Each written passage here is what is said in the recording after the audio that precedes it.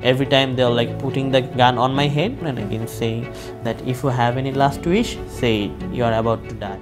সম্প্রতি জার্মান ভিত্তিক সংবাদ মাধ্যম ডয়চে ভ্যালের এক ডকুমেন্টারিতে সাক্ষাৎকার দেওয়ার পর আলোচনায় আসেন নাফিস মোহাম্মদ আলম।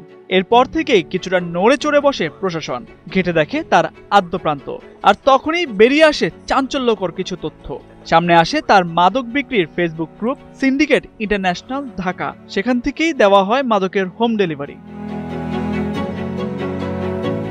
কখনো ফেসবুক পেজ খুলে আবার কখনো নিজের আইডি থেকে প্রকাশ্যে মাদক বিক্রি করে আসছিলেন নাফিস। একাধিকবার আইন শৃঙ্খলা বাহিনীর হাতে গ্রেপ্তারও হন তিনি। তবে জামিনে বেরিয়ে এসে আবারও জড়ান পুরনো পেশায়। প্রশাসনকে বুড়ো আঙ্গুল দেখিয়ে অনলাইনে চালিয়ে যেতেন মাদকের কারবার। ফেসবুক এবং টেলিগ্রামে গ্রুপ খুলে জুটিয়েছেন অনেক ক্রেতা।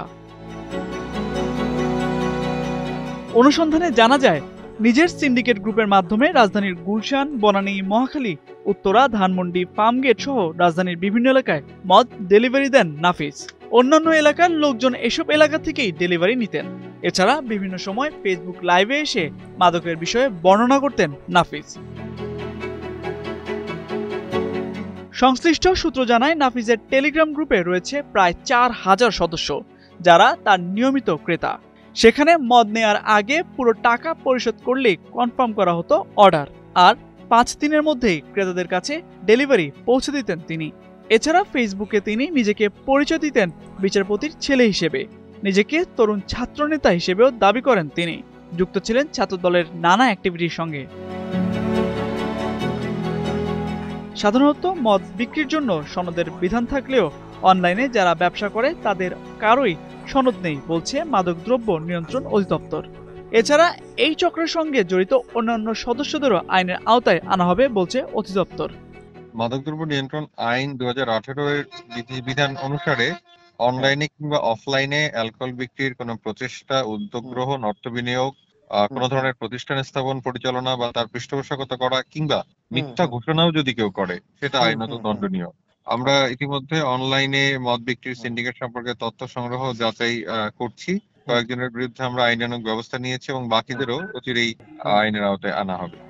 গেল রোববার রাজধানীর ভাটারা এলাকা থেকে নাফিসকে গ্রেপ্তার করে পুলিশ। সে সময় তার বাসা থেকে অবৈধ বিদেশি মদ, বিয়ার, মাদক গ্রহণের সরঞ্জাম ও পুলিশের স্টিকারযুক্ত মোটরসাইকেল জব্দ করা হয়। গত মঙ্গলবার তাকে আদালতে হাজির করে পুলিশ। শুনানি শেষে তাকে কারাগারে পাঠানোর আদেশ দেন আদালত।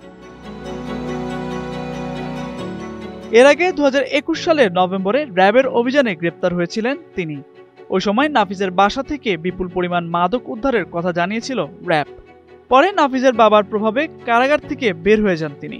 এরপর থেকেই ফের শুরু করেন অনলাইনে মাদকের কারবার।